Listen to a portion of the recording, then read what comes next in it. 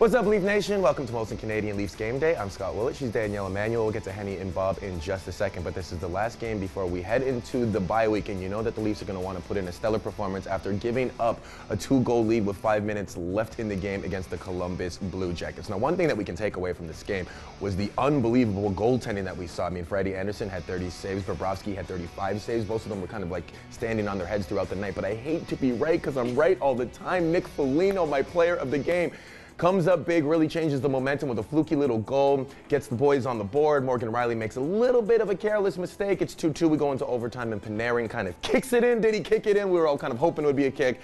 And there you go. We leave a point on the table. Notice the key word that you said there, fluky. The Maple Leafs had a near perfect game, but that's the beauty of sports. You never know who is going to win. Oh, yeah, real beautiful, real beautiful. On any given night, and that's what it was. Unfortunately, a couple unlucky bounces going the Maple Leafs' way, and eventually led to Columbus's OT winner. But you look at the standings for the Maple Leafs right now, third in the Atlantic. They are 12 points clear of a playoff spot, so there's no real pressure coming beneath them, but they know that they need to continue to strive for consistency, and they know that they have another level they can reach. They most certainly do. Now, being an in-arena host, we get to play a lot of fun games. And on Monday nights, we have a connected night, which means the fans really get to say in what they want to do, what they want to see, what they want to actually participate in. So we gave them the option of a bongo cam. We gave them the option of a kiss cam, one of our favorites. But there was also the third option of a Titanic cam, a cam that we've never done before. And we had two unfamiliar people doing something a little out of their comfort zone, right? Oh, wait, you and Carlton? Not me and Carlton. I thought that we looked perfect when we did it. No, this was beautiful. Imagine this. Paul Hendrick and Joe Bowen spreading their wings hand in hand as their hearts will go on. Yeah, I don't know how we're going to top that for the rest of the season, but that will forever be ingrained in my mind. Actually, I want to hear more about it. We're going to throw it down to Henny and Bob right now. Henny, how did you feel about that Titanic cam? I like the scene the other night. Did it bring a tear to your eye? Well, you know what? It was pretty funny, actually. I quite enjoyed it, Paul. And you know what? Joe was, hey, you were right behind him all the way. I'm getting Best Supporting Actor. He, of course, will get star in a leading role. As far as leading roles tonight and supporting role, it's going to be all hands on deck for the Toronto Maple Leafs. Big game against provincial rival, but obviously a division rival and a chance to put them further back in the standings. Yeah, it's hard to believe. Here we are just in not even quite mid-January, and the Maple Leafs are 16 points better than the Ottawa Senators in the Atlantic Division standings, and it's something where with a victory here tonight, you can really just sort of eliminate Ottawa from worrying about them through the rest of the season. And this is a huge game for the Maple Leafs, so I really believe that this is an opportunity for them after losing that game in overtime to the Columbus Blue Jackets the other night. It was one of those games where you thought you were going to leave here with 2 points and have a 3-game win streak heading into this last game before the bye week, and that's not the case now, where that game left a bit of a bad taste in their mouth. So they want to make sure that they head out on this break feeling good,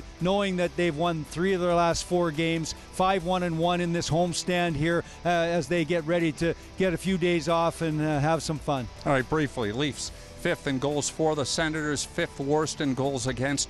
How has the offense been contributed to, in fact, from the blue line, and how they've been able to enhance what the guys have been able to do up front? Well, you know what? The blue line has really taken charge this year as far as putting points on the board. 98 points between the blue line this year.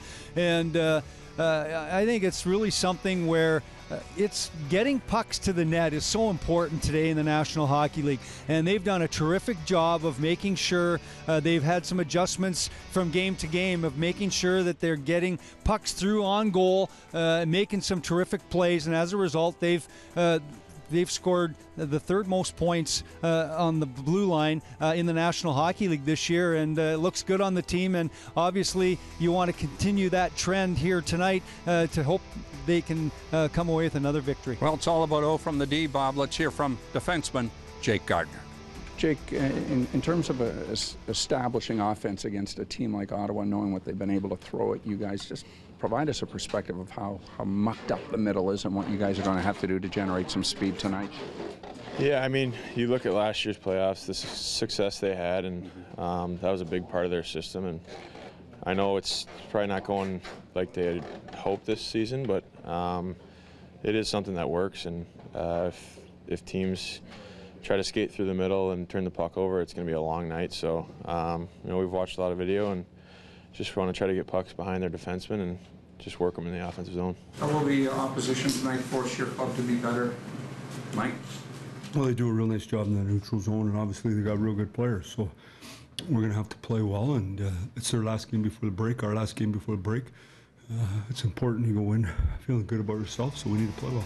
Tonight's starting lineup for the Maple Leafs, the four lines will remain intact for a fifth consecutive game. On the point, however, Travis Dermott comes out after 2 games. Connor Carrick will step back in with Jake Gardiner on that second pairing. Ottawa's projected lineup, well, little change as well. Mark Stone has been on a tear as of late. He has 8 points in his last 3 games. And on the point, rookie Thomas Chabot will team up with Erik Karlsson here tonight. Ex-Leaf captain Dion Phaneuf plays alongside Cody Ceci. Tonight's starting goaltenders, Anderson versus Anderson. Frederick for the Maple Leafs, his 23rd win tonight. He is vying for, in fact, he'll make his 37th start here tonight, which leads the entire NHL. And Craig Anderson will counter for Ottawa. Anderson was pulled in the second period last night after giving up 4 goals. Game time tonight is 7:30, a game that can be seen nationally on Sportsnet and heard locally on TSN 1050 Toronto. Our coverage here on Leafs Nation Network is set to begin at 6:30 with Molson Canadian Leafs Game Day. Big Daddy and yours truly look forward to seeing you there.